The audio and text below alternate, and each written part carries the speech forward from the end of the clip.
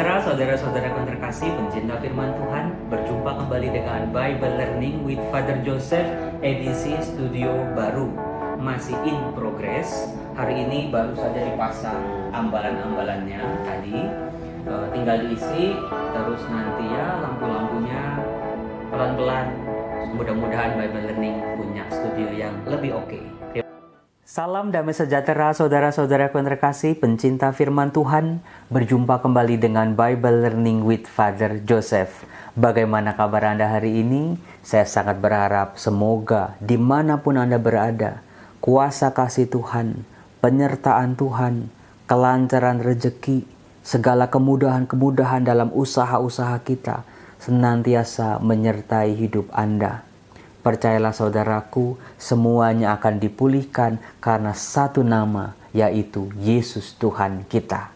Nah, saudaraku, di awal video ini saya mau mengucapkan banyak terima kasih kepada Anda semua, para penonton yang setia. Setia kasih like, setia kasih komen, setia kasih share. Karena semuanya itu sangat berguna supaya video-video Bible Learning ini bisa tersebar ke semakin banyak orang. Tanpa bantuan Anda, siapalah saya ini? 2 tahun saya bergelut dalam pewartaan digital, seorang diri, semuanya dilakukan sendiri. Tanpa bantuan Anda, channel YouTube ini tidak mungkin sampai sejauh ini. Nah, saudara-saudaraku, tadi di awal video saya menampilkan cuplikan dari studio Bible Learning yang baru. Terima kasih kepada Tuhan buat semua kebaikan-kebaikan Tuhan dalam hidup saya. Saya percaya semuanya karena kemurahan kasih Tuhan. Bukan karena pencapaian, bukan karena prestasi dari channel YouTube ini. Mengapa saya bilang begitu? Jadi begini ceritanya saudaraku. Setelah 2 tahun saya berkecimpung di YouTube ini, saya mulai berpikir, oh ternyata pewartaan di channel YouTube ini semakin dipercaya oleh banyak orang. Maka saya harus memberikan yang terbaik juga. Nah, salah satunya adalah studio. Ternyata selama ini bukan cuma bekerja sendiri, tapi studio yang saya pakai itu sebetulnya menumpang di studio Samadhi. Nah, saya selalu berharap dan berdoa semoga suatu saat nanti saya bisa bikin studio sendiri. Nah, ternyata dikabulkan oleh Tuhan. Sejak beberapa bulan yang lalu saya menabung, menyisihkan dari penghasilan saya, sampai jumlahnya saya rasa cukup. Saya menghubungi sepasang suami istri. Saya bilang, Bu, saya cuma punya budget segini. Nah, saya minta tolong coba Ibu bikinin studio mini yang sederhana untuk saya, untuk Bible Learning. Nah, ternyata kemarin jadi. Menurut saya ini di luar ekspektasi saya, kok jadi bagus banget.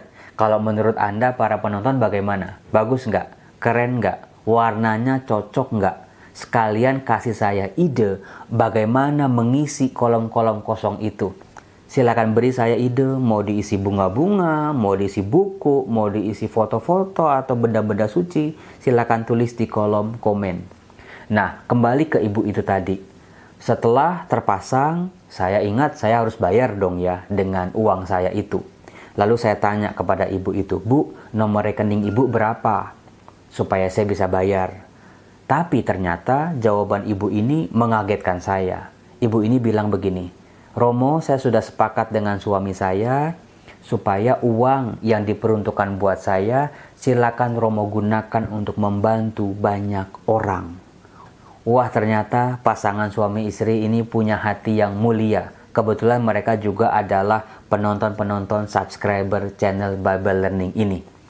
Kemudian saya berpikir bagaimana menjalani amanah dari pasangan suami istri ini.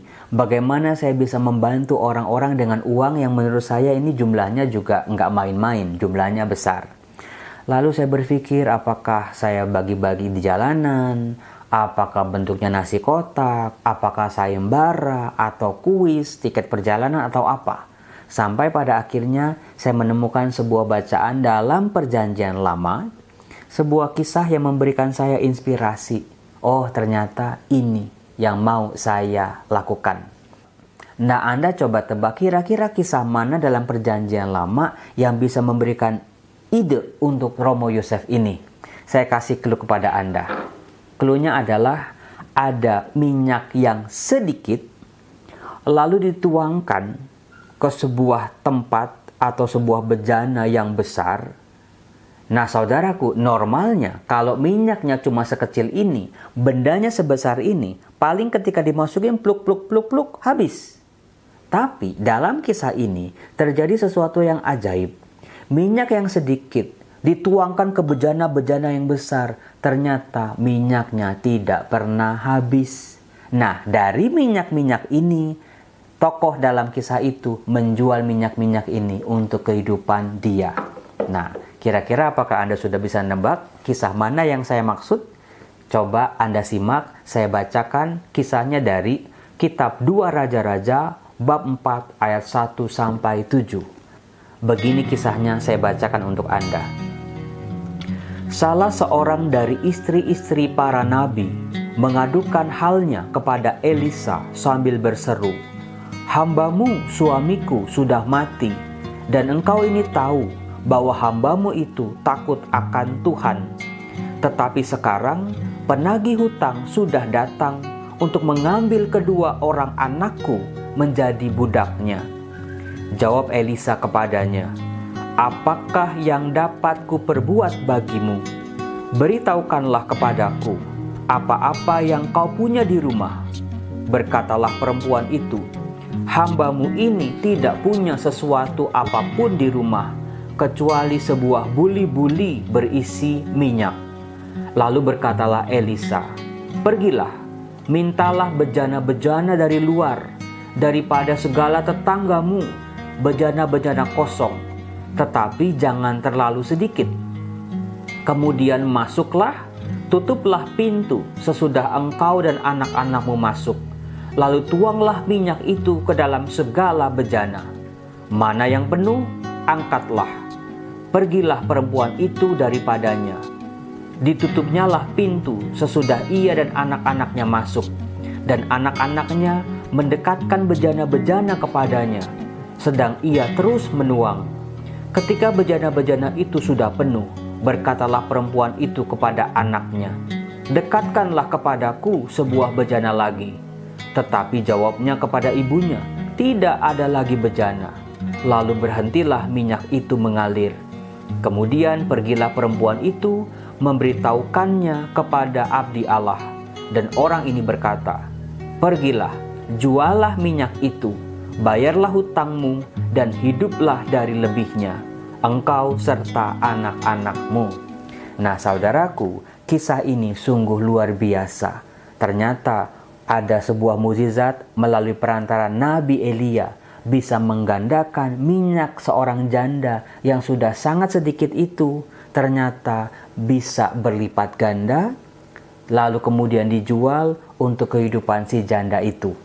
Nah dari situ saya menemukan sebuah ide bagaimana saya bisa membantu banyak orang di masa-masa sulit ini. Ada begitu banyak orang terlilit hutang, ada begitu banyak orang sudah berjualan tapi modalnya habis. Ada begitu banyak orang terkendala, tidak bisa berusaha karena tidak punya modal.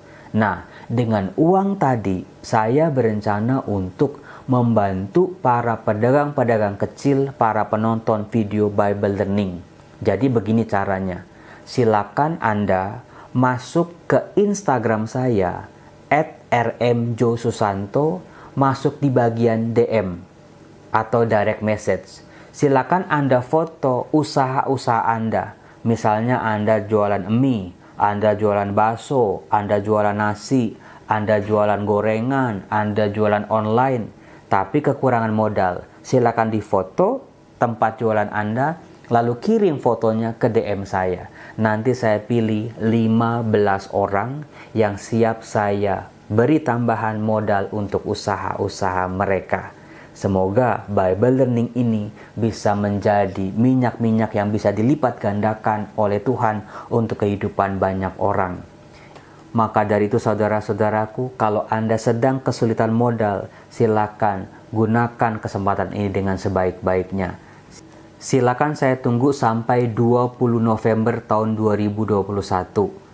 Nanti dari foto-foto itu, dari orang-orang yang menghubungi saya akan pilih 15 orang. Terima kasih, Tuhan Yesus memberkati kita semua. teruslah jadi berkat, jadi perpanjangan tangan Tuhan. Salam, Tuhan Yesus memberkati.